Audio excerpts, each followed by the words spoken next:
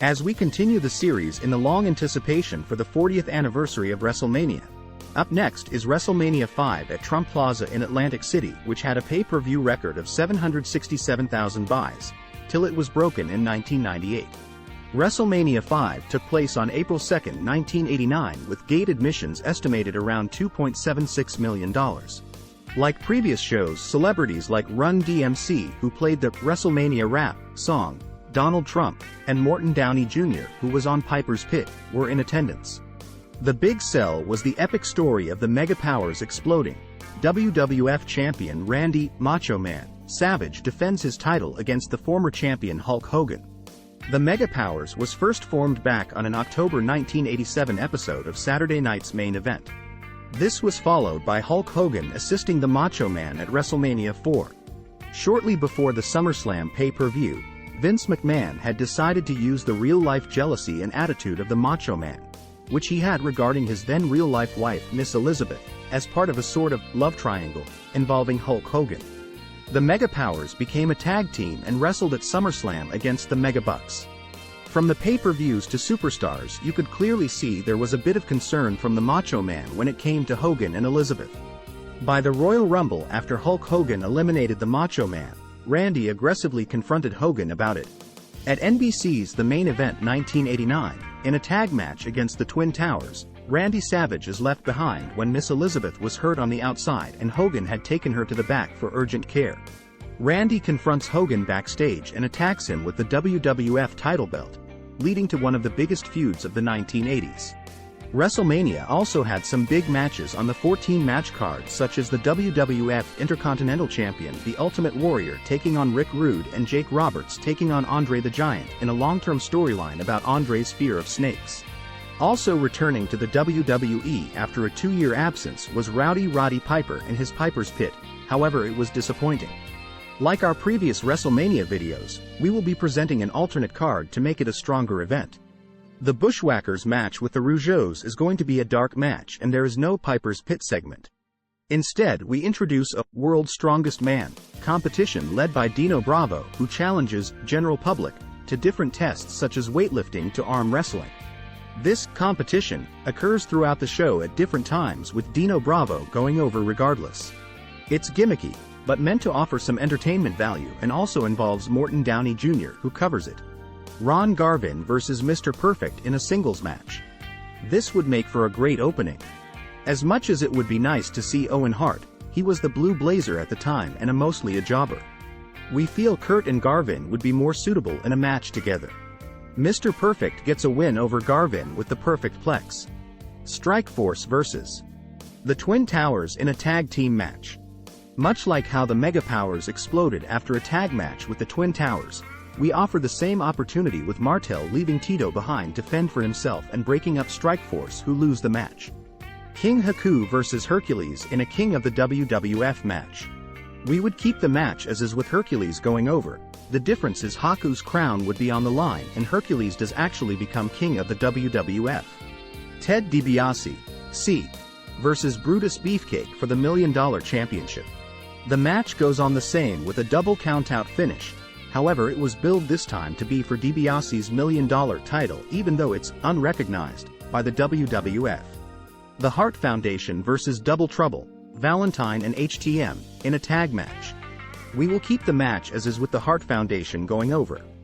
Big John Studd versus the Brooklyn Brawler and Bobby Heenan in a handicap match. Studd had turned babyface upon his return to the WWF when he left the Heenan family and went on to win the Royal Rumble. In frustration since then, Heenan allies with the Brawler and decided to take on Studd at WrestleMania. Studd gains an easy victory in under a minute when he takes down both men and power slams Heenan for the pinfall. The Brainbusters versus the Rockers in a tag match. We feel this would be a good rematch from Saturday night's Main Event where it ended in a double countout. The Brainbusters go over with the Spike Piledriver on Shawn to win. Demolition, C. versus the Powers of Pain for the WWF Tag Team Championships.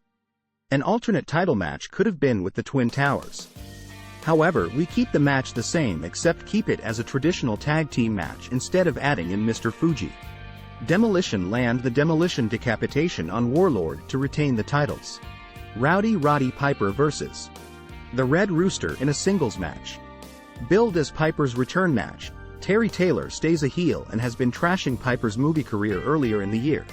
Taylor started his own Roosters Co-op segment, a parody of Piper's Pit, and even brings in Brother Love dressed up as Piper in a dress to mock him.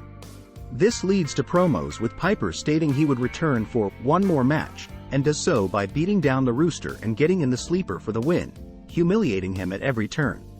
Bad News Brown vs. Jim Duggan in a Harlem Street fight. Late in 1988, Bad News Brown used to feud with Savage in a Harlem Street fight match. Here we bring it back and they make use of weapons and tables and wear street clothes. The match ends in a no contest after both men get knocked out on a table in the corner of the ring and WWF officials stop the match. The Ultimate Warrior, C, versus Rick Rude for the WWF Intercontinental Championship. We keep this match the same, with Rude going over with the help of Heenan and becoming the new WWF Intercontinental Champion. Jake the Snake Roberts vs. Andre the Giant in a singles match. A great feud that started in the fall of 1988 with Andre being afraid of snakes.